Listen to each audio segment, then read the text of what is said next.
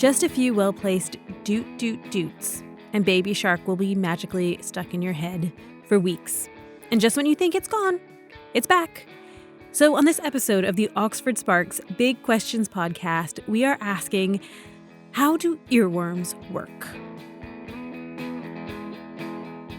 Hello, I'm Emily Elias, and this is the show where we seek out the brightest minds at the University of Oxford, and we ask them the big questions. And for this one, we have found a researcher who not only loves music, but can understand why it gets stuck in our brains. So I am Dr Jacob Kingsbury Downs. I'm Departmental Lecturer in Music at the University of Oxford. Okay, thank you so much for joining us today. I know that earworms aren't necessarily your specialty, but you're going to give it a go? Absolutely. Okay, so let's start out by first defining our terms. What is an earworm? So we tend to use the word earworm to describe the experience of having a short segment, say anywhere between 5 and 30 seconds of melody or even speech that seems to have been stuck in our heads. And by stuck in our heads, we're talking here about the peculiar and sometimes highly irritating experience of having this catchy bit of sound occupying our minds, sometimes long after we've last heard it. And this word stuck is quite important, and some people talk about earworms in musical terms as sort of sticky music in some way. Do you have any examples of earworms that you have suffered with in the past? Oh, I often get Bad Romance, Lady Gaga, the rah-rah, that bit. I have a football chants that gets stuck in my head. So this one time I was on a bus and there was a little kid that just kept singing 1-0 to the Arsenal, 1-0 to the Arsenal, 1-0 to the Arsenal. And it just repeats over and over my head, probably until I die. Incredible. I'm so sorry to hear that. Is there a reason that explains this phenomenon of like why it happens? Well, I mean, I suppose if you sort of start from the most basic sort of premise, one thing to acknowledge is that earworms aren't explicitly acoustic. That is, we're not actually hearing the song or melody or football chant on a loop as we might a sort of sound or piece of music in our environment. We're sort of imagining it to some extent. Now, earworms are very real experiences, of course, but in psychology, we sometimes refer to things like earworms as auditory images. What does that mean, auditory images? Yeah, I mean, you can sort of see the logic, I think, if you imagine the connection between the word imagine and the word image. So think about it in this way. We often talk about seeing something in our mind's eye. So here we're sort of talking about the mental faculty of visualization. You know, it's not vision itself. There's no specific visible stimulus in our environments that we're perceiving when we visualize, but we are able to nonetheless sort of picture something, whether it's kind of something completely imagined or something that we've seen before. And so by dragging this turn of phrase, this idea of the mind's eye, over to another sense, we might talk about sort of hearing something in our mind's ear.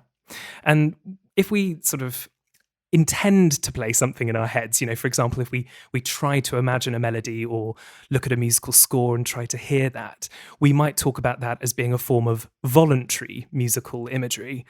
But earworms tend to be called involuntary musical imagery, which again, I think speaks a bit to the idea of them being rather annoying. They're annoying, but they are, as you say, catchy.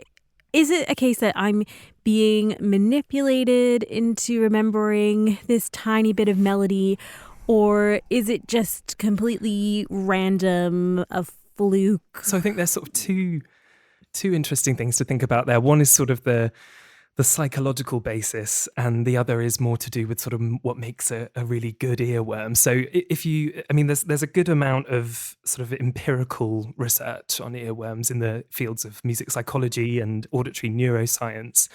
And the most studies sort of suggest that a piece of music should be quite catchy. And so if you hear someone humming a tune, or you catch a segment of a track on the radio, that sometimes sort of gets stuck. But one thing to note is that earworms aren't always caused by sort of direct perception of a sound in our present environment. So it doesn't have to be a recent thing. They can also be caused by other stimuli that ultimately trigger what we would call sort of involuntary memories. So, for example, sometimes you could read a word or go to a certain place or even sort of just think about a certain person or experience, and this could trigger this kind of involuntary memory of a melody in some way. And so thinking about this as well, we talk sort of about things being on loops when we hear them as earworms a little bit. It just keeps going around in this sort of cyclical sense. And some of the suggestion is that this might have something to do with what we call working memory in psychology, which is the sort of the capacity to hold some information in our minds for a certain number of seconds.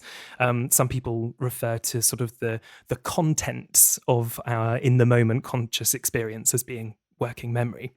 So if we relate this idea of working memory to hearing and listening, psychologists sometimes talk about a phonological loop, which is Goodness, you're going to have to explain that. Yeah, it's a bit of a mouthful. It's essentially the kind of the part of working memory that deals with auditory information. So it's this kind of, I think we can kind of understand this sense of it being on loop, in working memory. So with you and Bad Romance, with me and the football chants, is there something that we're seeing that is refreshing a memory and that is causing us to be brought back into this loop?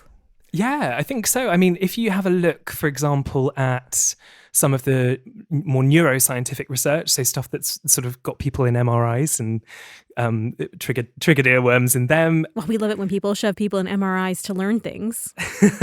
Yeah, so the danger of headphones in MRIs, I'm sure. But with earworms that, I mean, I should say with music, music perception involves quite widespread brain activation, everything from kind of motor components of the brain that help us deal with kind of motor actions and also everything in between. So there's as you might expect, earworms do kind of light up the auditory cortex, this sort of section of the temporal lobe that's very much involved in sort of music and sound perception. And also, as you might expect, some of the parts of the brain that we would associate with the kind of encoding of or retrieval of memories are also lit up. So these are also in that similar kind of area in the temporal lobe, for example, the hippocampus, this part of the brain.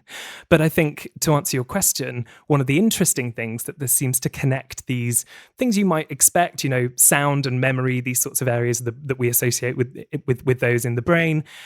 We also then have a connection with regions of the brain that govern our emotional and affective responses, such as the amygdala, which deals more with sort of negative emotions, and the ventral striatum, which is sort of positive emotions. So what that seems to suggest is that there's definitely a kind of connection here with some sense of kind of emotional whether it's a kind of visceral experience of hating the tune or whether it's actually a kind of drawing together of the memory that we have of that melody and our ability to sort of have it stuck in our heads. Because, I'm definitely not going around listening on Spotify to football chants. Is it a case that, an earworm has to be something that I really, really love or I really, really hate or gives me some form of extreme reaction in order for it to get lodged in my brain on a loop? It's a really, really interesting point. I mean, when we think about what constitutes an earworm, I mean, the most common thing that people talk about is repetition. So repetitive patterns, usually where you have sort of the same thing three times and then something different. What you might refer to as a kind of AAAB structure. The perfect example there, I think, is Baby Shark, which sort of does the same thing three times and then something slightly different on the fourth. It's like a perfect earworm is what we sort of suggest. And then other studies are suggesting this kind of up-tempo music with a strong beat, kind of thing you'd have in clubs or sort of dance music situations. And also sort of melodies which have sort of big leaps in them, jumps from kind of lower to higher pitches. I mean, these are all things that, you might associate dance music with something that you love or that you hate, but either way, it's quite an intense experience that you have of those sorts of things. But when it comes to actually thinking about kind of whether familiarity or even pleasure is at the basis of whether or not something is an earworm for us. We might think, for example, of that experience we often have of like, when you fall in love with a song and you just discovered it and you're playing it again and again, potentially to the distaste of partners or housemates, and there's a relationship between the amount that we like the song or sort of take pleasure from listening to it and then the amount of times that we've heard it. So there's this kind of honeymoon period, if you like, of repeated listening where it's really pleasurable and we come to love the song even more and we get loads of good feelings and emotions from listening to it lots. And then suddenly we've over-listened to it and it's sort of, we start to hate it. And I wonder if this kind of phenomenon speaks a little bit to the sort of the irritating nature of some earworms. It's almost like a kind of overexposure to the sounds of the mind's ear, if you like.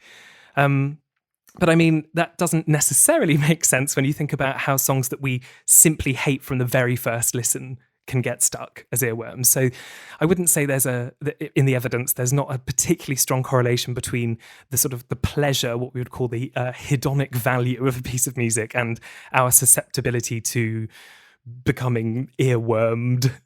Okay, so here's another really big question then. If there's no rhyme or reason to it, is there a cure? Oh, wouldn't it be wonderful if there were just a simple cure? I mean, there are some theories and some of them are backed up with empirical research, which is always what we want. One of the key theories really has to do with distraction, as you might expect. So doing something else to take your mind off this sticky bit of music. Some research suggests doing things like crosswords, Sudokus and other sorts of puzzles can help.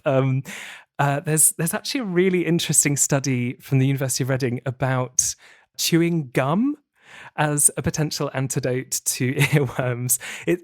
They think it kind of might have something to do with blocking the faculties of what we call subvocalization, this kind of inner speech, inner monologue we unconsciously use to make sense of auditory stimuli. So in this sort of action of chewing, we sort of stop these subvocalizations from happening. That's a fun one. I mean, probably great news for the chewing gum industry. If you're in the big gum industry, you gotta be loving that. Is big gum the new big pharma? I wonder, but. It's an interesting one. I mean, as I say, though, the unfortunate one is that the easiest way of distracting yourself from an earworm is to get another one stuck. So if you're totally fed up of the earworm that you've had, think about, Baby Shark. Maybe we should just trade. The age-old problem of not being able to get in someone else's head, I suppose, but I'm sure we could try.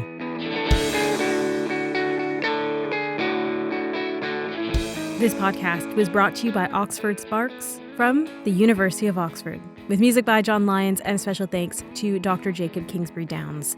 Tell us what you think about this podcast. You can find us on social media. We are at Oxford Sparks. We also have a website, oxfordsparks.ox.ac.uk. I'm Emily Elias. Bye for now.